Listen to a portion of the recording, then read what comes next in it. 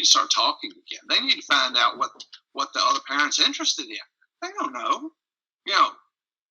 Both parents. Bryce, what? You know that photo where we went to the aquarium in Chicago? Yes. 2 years ago? Yes. Do you know where that one went? I think it's on the side of the fridge right here. Okay. I'm recording a session right now. That's all I need. Okay. That was such a perfect example. Yes. And that's an energy ripoff, by the way.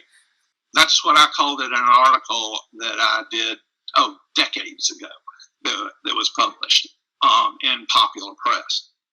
That it's a kind of it's this breakaway. You have your attention doing what you're doing. You have your attention interviewing me. And all of a sudden, your energy is ripped over here. It's an energy ripoff. And here's your son asking questions, very reasonable questions. And then it takes you a little bit of time to get reoriented to where you were. Right. Plus, you've got part of your mind going to, all right, he's doing this, that, and the other. And all of a sudden, part of you is dealing with parenting issues. And do I need to do this? Do I need to tell him that? Right. So it's an energy ripoff. That's a great way to describe it. You get, you have enough of those, and you start, the sighs come, the neck comes, the shoulder pains come. They begin to become physiological. And because there's really no boundary anymore in science between the mind and the body, they're together. Each cell of your being has some form of consciousness to it.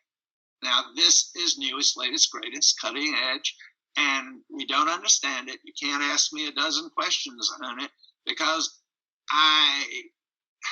I'm not actively in a laboratory working with this. That's where we are on that. And it is hard. And you called it an energy, what did you call it? Ripoff. An energy ripoff. Right, because, for example, I tried to make sure that my kid was all set before we did this recording. He was doing his online schooling. Is there anything else you need? Are you hungry still? Do you need any water? I'm going to be in my office. If the door is shut, please don't knock. And then the knocking happens and I go, I said not to knock. Well, maybe it's important. Well, maybe something's wrong with him. Well, now I have to get the door. Yes. Very important. Yes. And the more that we're at home working, you have various offices, right. And it's different when you're in your office, Matthew, than when you're at home. You're different. You're in a different space. And we all know that, but can you explain why we are feeling that? Why can't I do the same work from home that I would do in my office? I have a computer. I have a phone. Why is it different? You have things, but you don't have the surround. You don't have the total milieu. You walk through your office door, and that door closes behind you, and you're in an entirely different space. Right. You're in it has demand characteristics in and of itself. You're at home, yes, you've got all the communication stuff that you need. You can go on Lex Law or whatever else there is out there as far as looking up statutes and things like that. But it's not the same. You're not in your office. You're not in attorney mode because you went from attorney mode to interviewer mode and then parent mode, then back here. And that's where I say it's a ripoff. Well, I think a lot of parents feel that way. I'm sure. Now, because we're isolating in our homes, most of us in most states, definitely in California, definitely in New Mexico. There's sort of like an aspect of cabin fever, and what I've heard from parents lately is it's been a lot harder with teenagers, and they've been very stereotypical lately, not understanding why they can't go out with their friends, being really flippant, being jerks, I think would be the general term. So what can a parent with teenagers do that would be different than a parent with younger children. You can begin to talk logic with them. Anybody over the age of 12 generally is beginning to get into the stream of logic. This follows this. They've learned their multiplication tables, and they're beginning to learn that there are patterns to things. And you need to talk to the kids about the patterns because they don't really understand it. They know something's wrong, but they don't really understand it. So you sit down and you talk to them. You talk with them about what their concerns are. And with your spouse, you start talking to your spouse about how you're feeling about all this. Because both of you say are at your offices, and now you're in the home environment. That's different. And how are you going to parent? Right. You discipline one way, and your partner discipline, and your partner disciplines a different way.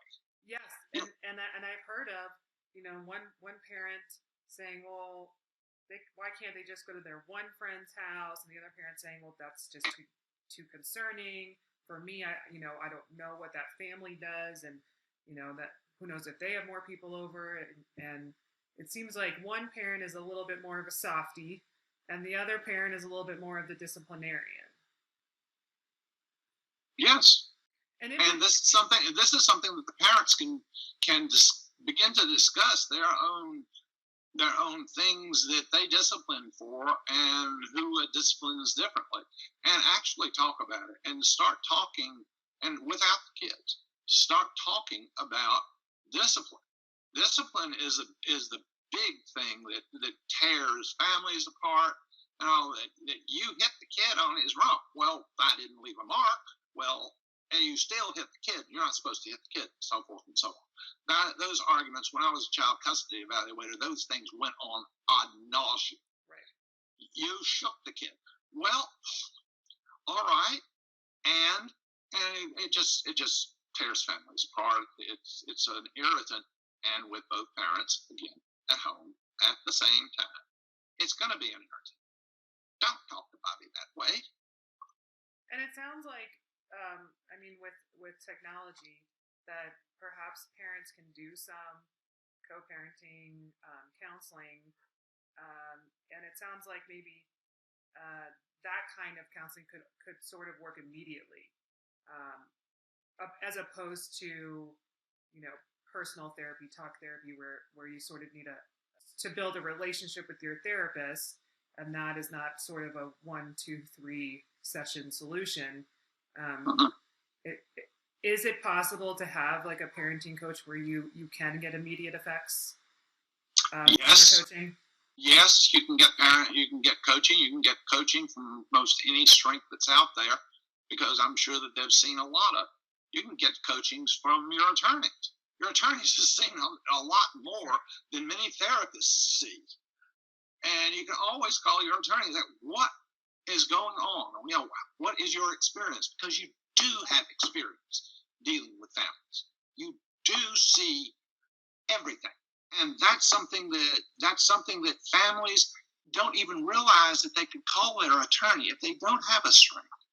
You call the attorney because an attorney knows if you're a specialist in family law, you've seen it all. You've seen it all up close and personal. Very true. Very true.